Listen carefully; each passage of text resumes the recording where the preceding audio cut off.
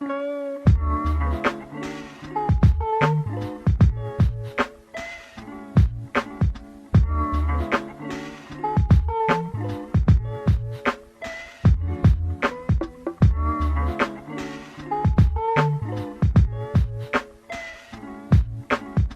hello. How's it going?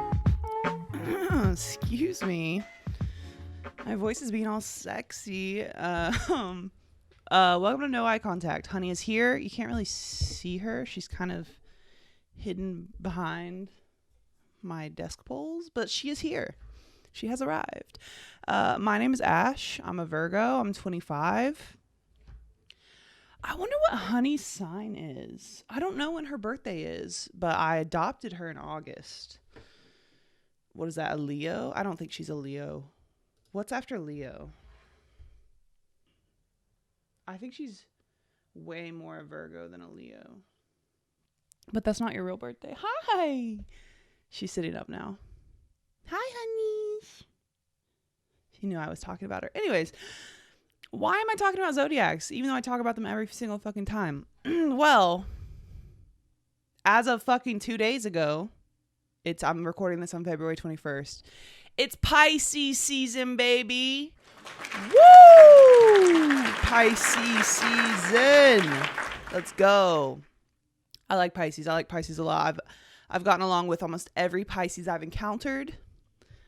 I have a sweet bean that I am best friends with named Allie, who's a Pisces, and she's such a Pisces.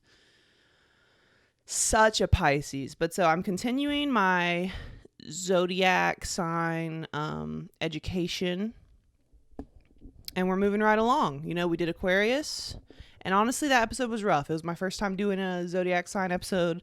Didn't know exactly how I wanted to structure them. I feel like I'll probably get better every time I do one. Money. I could see Honey being a Pisces. Emotional, sensitive,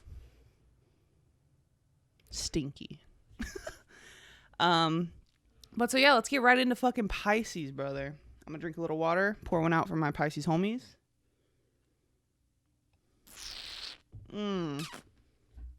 Tastes wet. Okay, so Pisces, the fishies. Pisces is the 12th sign of the zodiac. It is the last sign. It's between Aquarius and Aries. And the dates are February 19th to March 20th. And it kind of signifies or it falls where winter is coming to an end and spring is about to begin.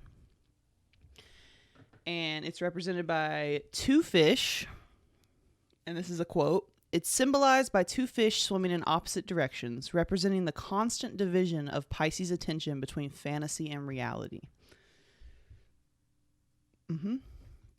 It's a water sign, and it makes sense, you know, unlike fucking Aquarius. See you, honey. Catch you on the flip. It's a water sign. It's a water sign with... It's Pisces, Cancer, and Scorpio. Those are the water signs. And what does it mean to be a water sign, you know? This is a quote, people with accented element of water have something to learn about their emotional nature. This is the element of greatest possibilities, but often puts us to sleep and makes... This is the element of greatest possibilities, but often puts us to sleep and makes it impossible for a person to creatively express themselves. This is a field of all talents and everything that was left for us to take in this lifetime. Here lies the river of everyone that lived before us and everyone that is ever going to be born. Water is a pool of endless possibility, and it is almost impossible to find direction in it if there is no contact with fire. The element of fire burns bright as a guiding light and gives person energy, passion, and direction where their talents can be found and properly used through creation. Element of water standing alone simply carries us from shore to shore, from left to right, and even though life can be magical and dreamy inside of it, we could simply be spinning in circles without ever finding a way out. This person sounds anti-water sign. The person who wrote this is a fire sign, I can fucking tell. Okay, this is the element of This is talking about water. This is the element of constant movement, but slow and steady, swirling inside each of us and holding on to its mystery. This is the element of conception and death, of illusions and fairy tales, holding the secret to our soul, its beginning and its end. I like that. So yeah, water sign. Them bitches wet. Them bitches emotional. Their greatest compatibility is with a Virgo and a Taurus. And that's what's crazy is that my like best friend group, not counting Everett, you're part of it, but we were the OGs. I'm sorry, I love you, but we were the OGs. Is me, Aaron, and Allie. I'm a Virgo, Allie's a Pisces, and Aaron is a Taurus. We're gonna be a throuple, I've decided. Anyways, so Pisces was ruled by Jupiter in ancient astrology, and Jupiter is the planet of expansion, generosity, and belief systems. Let's take that line again. Planet of expansion, generosity, and belief systems. This is a quote. Jupiter grants Pisces people the gift of empathy and emotional understanding. But now, in modern astrology, it is ruled by Neptune, which is the planet that governs creativity and dream. Pisces are known to have big imaginations. And Neptune also oversees escapism and illusion. So there's a lot of talking about how Pisces are very creative, but they also they fight that line between fantasy and reality. Like they're just in their heads. They have big imaginations. They're just fucking in la la land all the time. Which helps with their like creativity and shit. But so this is a quote about Neptune. Neptunian energy is like the energy of the ocean. Magical, mysterious, and often scary. When the fog is thick on the water, the horizon is obstructed, and there is no differentiation between the sea and the sky. So, hell yeah. Space shit. Let's talk space shit. So, it's the 14th largest constellation overall. And it's part of the C section of the sky, just like Aquarius. It's home to several galaxies, including Messier, I hope I'm saying that right, Messier 74, or M74, which is a spiral galaxy that is 24 million light years away. And this is a quote about M74. M74 resembles a slightly smaller version of the Milky Way, so it looks like a glowing cosmic pinwheel. Its spiral arms contain clouds of gas and dust that create new stars. The brightest and hottest of these new stars are blue, giving the spiral arms a blue tint. The hottest newborn stars emit radiation that strips the electrons from hydrogen atoms in these clouds. As the electrons rejoin the atoms, they emit a red glow, so the clouds of hydrogen look like red or pink dots. And I just thought that was fucking sick. M74. Fuck yeah. And she's pretty. I looked at the pictures. I'll show some pictures. She's gorgeous. She's beautiful.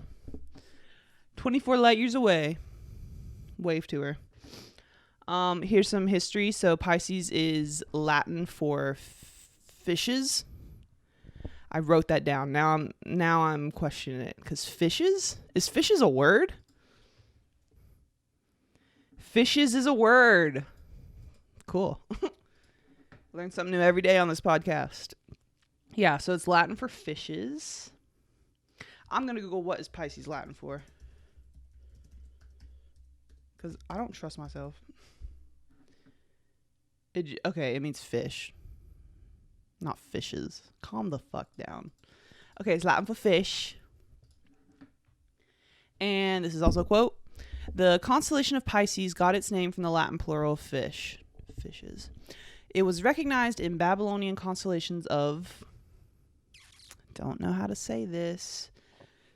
Okay, Sinutu.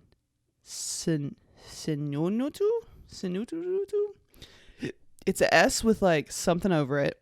Inunutu, and it means the great swallow, or that's what it was. In current Western Pisces, and another name I can't say, which meant the Lady of Heaven, where the northern fishes. Babylonians also called the constellation the Tails, picturing two fish swimming in the opposite directions while representing rivers Euphrates and Tigris. A part of this constellation was thought of as of as, quote, the fish cord / ribbon connecting the two fish. All right, so literally the constellation looks like, just like how the Aquarius is the water bearer, like a person pouring out a vase of water. The Pisces constellation looks like two fish swimming in opposite directions connected by a cord or a ribbon. But so here is the Greek myth of Pisces. And to be honest, I was a little disappointed because last time, and I'm hoping most of the zodiacs I'll be able to find in my book I was referencing, Mythos, I have it right here, by Stephen Fry.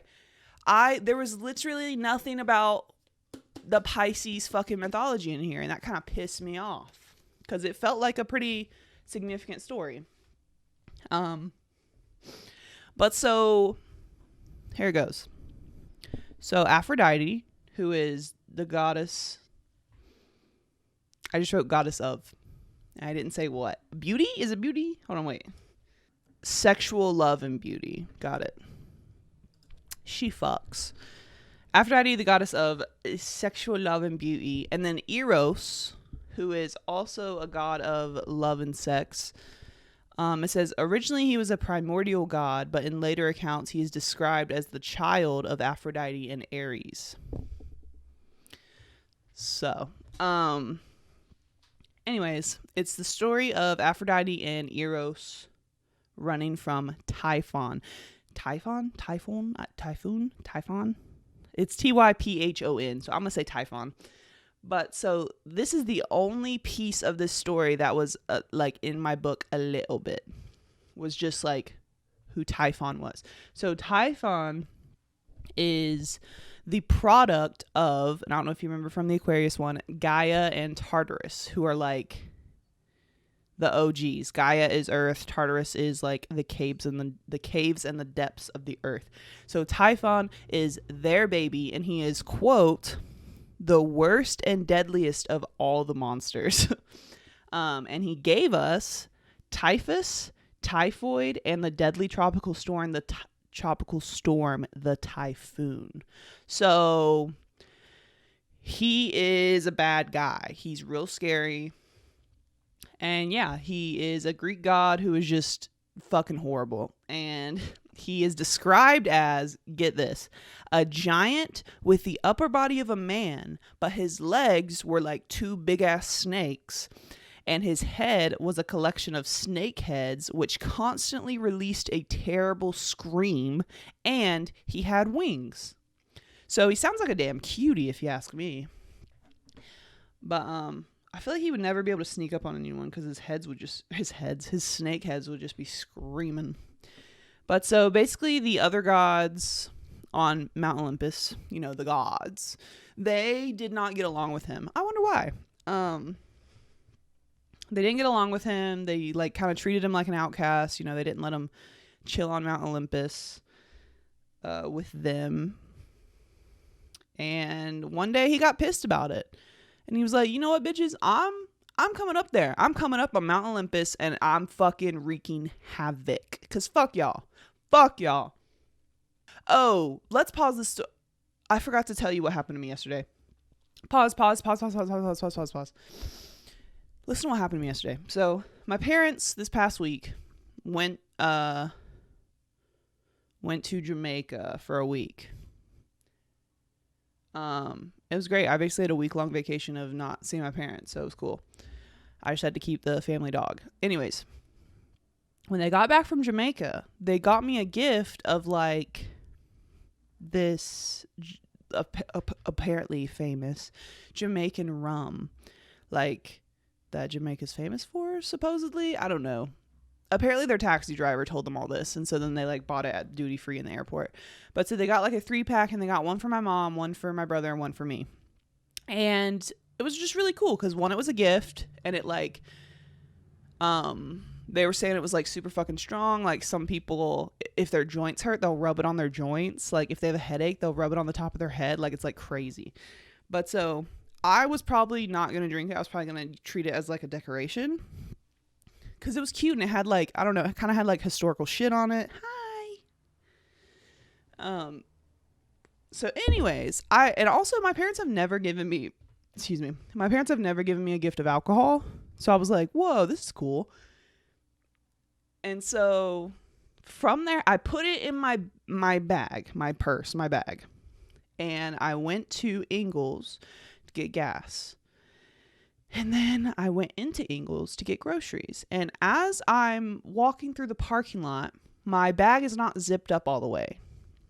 And I sling my bag over my shoulder, and then I just hear a shattering of glass, and I get splashed by liquid. So the fucking glass bottle of rum fell out of my bag and fucking shattered in the parking lot. So then, I'm not going to leave fucking broken glass in the parking lot. So I'm picking it up as much as I fucking can. I slice my goddamn finger open. And so at first I'm upset because I'm like, I had this fucking gift for like 20 minutes. I had this gift for 20 minutes and now it's gone forever. And also people were in the parking lot when I fucking dropped it and shattered it. And like, you know, I look like a fucking crackhead. Cause it's like, why did you have just like, I don't know. Why did you have that at 11 o'clock on a Saturday? But so then after I picked up the glass, I realized that I sliced my finger and it is gushing blood. And it was so bad that I went up to the pharmacy counter and I was like, hi, can I please have a paper towel and like maybe a Band-Aid? And she hooked me right up. She gave me a wet paper towel and then she gave me a Band-Aid. And bro, it bled so fucking much and it still hurts. It's not bleeding anymore, but it hurts. And at first for a long time, and by a long time I mean the duration of my grocery trip, I felt really embarrassed. I was like upset with myself. I kept being like, this is the dumbest thing I've done in a long time. And then I told my friend Mads about it, and Mads said the perfect thing you could say. Mads said, that's not dumb. That was just an accident. Of course. I forgot the accidents happen. And that's so fucking true. Like, and Mads was talking about how they've been working on like, or they had just talked to their therapist about like bullying the self. And that's so true. Cause I really was bullying myself and being like, you fucking idiot. Like you broke this fucking thing. It's embarrassing that you did this in the parking lot. You broke this fucking gift. Like you sliced your fucking finger. Like you fucking deserve this. But dude, and I could sit there and be like, it's my fault because I didn't, you know, I should have left it in the car. I should have zipped my bag up all the way. I should have done this. I should have done this. And I even called my mom in Ingles to be like, ha ha ha, I did this dumb thing. And my mom was being like, oh my God, I'm so sorry. Like I should have waited to give it to you. It's my fault. And I was like, bitch, how is it your fault? But like accidents fucking happen. Accidents happen. Don't bully yourself. So yeah, I started picking at it and it was hurting. And then it made me remember that I wanted to tell the podcast. Anyways, back to Typhon. So Typhon's like, fuck you bitches. I'm coming on Mount Olympus. I'm wreaking havoc. Fuck you. So, all the gods scatter and run and escape from him. I think a lot of them turned into animals to get away. Like, I know that's a thing for Zeus. Zeus will just like turn into a fucking eagle and fly away. But Aphrodite and Eros, which by the way, Eros, like in Roman mythology, is Cupid. Anyways, Aphrodite and Eros were the only ones who did not shapeshift. And then Typhon is closing in on them. So at this point, at the last second, two fish appear and they let Eros and Aphrodite jump on their backs and then they swim away from Typhon to safety. And so to honor the noble deed of saving these two gods, the gods placed the two fish in heaven as the constellation Pisces. And this is a quote. Some legends say that Aphrodite and Eros turned themselves into fish and escaped that way. Since the other gods turned into animals but did not have constellations named after that event, it seems unlikely that this is truly the case. And here's another quote. Most versions of the Typhon escape legend speak of the tails of the fish being tied together to avoid losing each other. The constellation of Pisces represents two fish with their tails tied together. I think it's cute that their tails are tied together. But so yeah, that's short and sweet. That's the story of the Greek mythology of Pisces. They helped the two gods of love escape from a fucking horrifying monster. So, fuck yeah, fishes. But so, this is about the Greek connection. And this is a quote. This is a big quote. It is in the nature of Pisces to run away from all sorts of monsters. They are easily frightened, and the myth tells about their ability to change shapes and put on different masks in order to avoid getting hurt. In case of a very good planetary position in connection to Pisces, it will help a person hold on to a secret that they will benefit from. If the position is not that positive, panic and fear might take over and hiding will become the way of life. In the worst possible connection, this myth can represent death by drowning and the love story that ends in a tragic way because of monsters partners had to face. Whoa. The primal nature of Pisces tells about people who have the tendency to get stuck and, just like fish, get tangled inside a fisherman's net. They will often find themselves entangled in problems, situations they couldn't predict, and their movement through life will be full of obstacles for as long as they run heedlessly through it. I don't remember putting that quote in there, but that felt negative. So yeah, there's positives and negatives to all the signs. Wow, okay. I don't know how to, okay. Let's move right on. So here's the characteristics of Pisces. Their strengths are that they are compassionate, they are artistic, intuitive, gentle, wise, and musical. Their weaknesses is that they're fearful, overly trusting, sad, desire to escape reality, and can be a victim or a martyr. What's a martyr? Martyr is a person who is killed because of their religious or other beliefs. Okay, all right. Scary. So Pisces are pretty friendly, and they tend to find themselves in the company of many different kinds of people. They're usually selfless, and they're always willing to help others.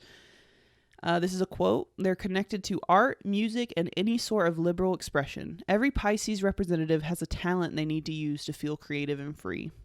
Here's another quote. Tolerant and compassionate, they could do too much for other people out of good intentions, forgetting about their own well-being in the process.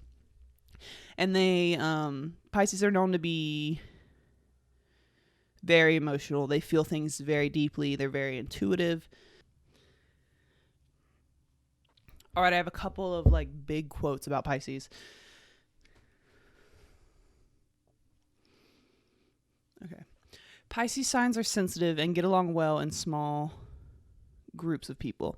Sometimes a Pisces may feel like they have an internal and external self, and they may need to spend a lot of time solo to recalibrate those two halves of themselves. A Pisces is rarely lonely when they are by themselves and have an active imagination. Creative, Pisces love spending time reading, exploring, or creating art or music, and understanding their emotions through art. Here's another one.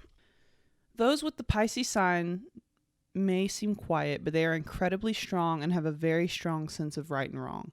Their moral compass, along with their gut, guides them well. When a Pisces speaks up, people listen. Pisces tend to take in everything around them, and they are great people to ask for advice on pretty much anything. While Pisces have strong convictions about the best way for them to live, they have a live and let live approach when it comes to others, and are accepting and non-judgmental of all. Love that. Here's another one. As the final sign, Pisces has absorbed every lesson, the joys and the pains, the hopes and the fears learned by all of the other signs. This makes these fish the most psychic, empathetic, and compassionate creatures of the astrological wheel. With such immense sensitivity, Pisces can easily become swallowed by emotions and must remember to stay grounded in the material realm. Love. Okay, last one. Those with this sun sign must be wary of mirages. These impressionable fish prefer wearing rose-colored glasses to addressing problems, which can earn Pisces a reputation for being flaky or delusional.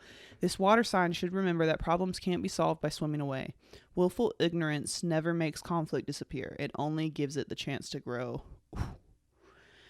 So yeah, love of Pisces. They make great artists, make great creatives.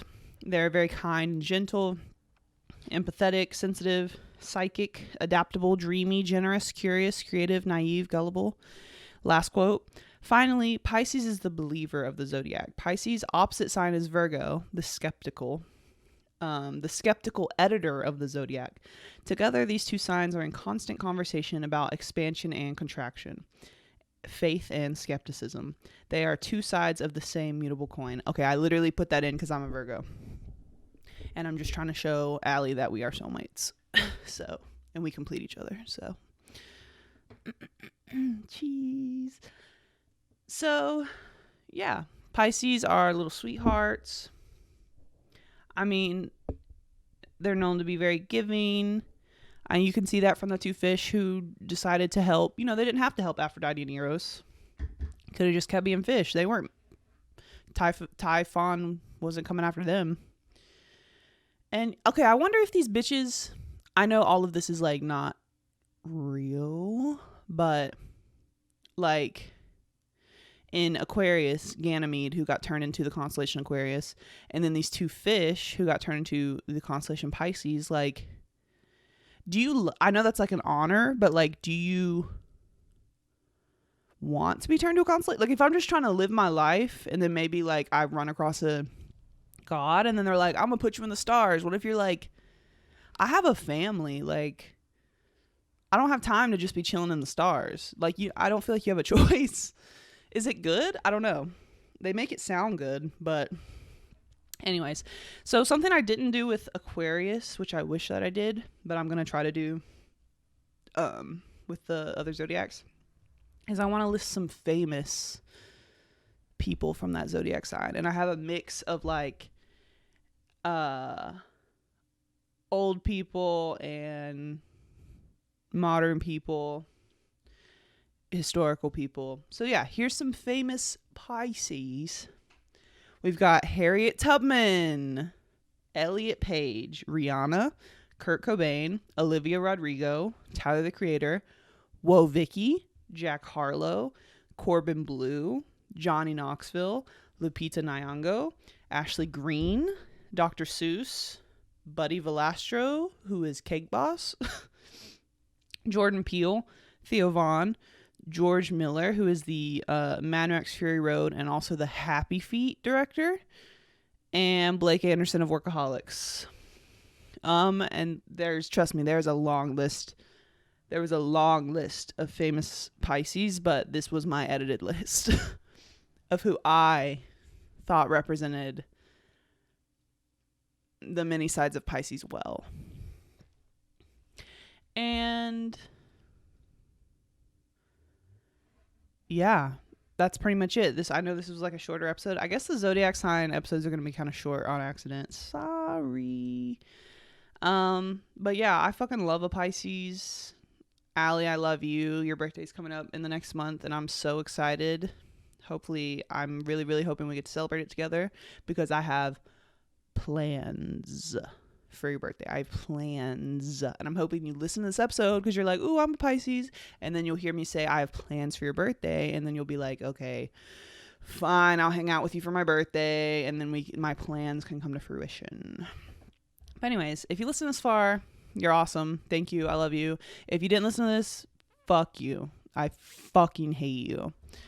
Thank you to Honey for being an excellent guest or co-host.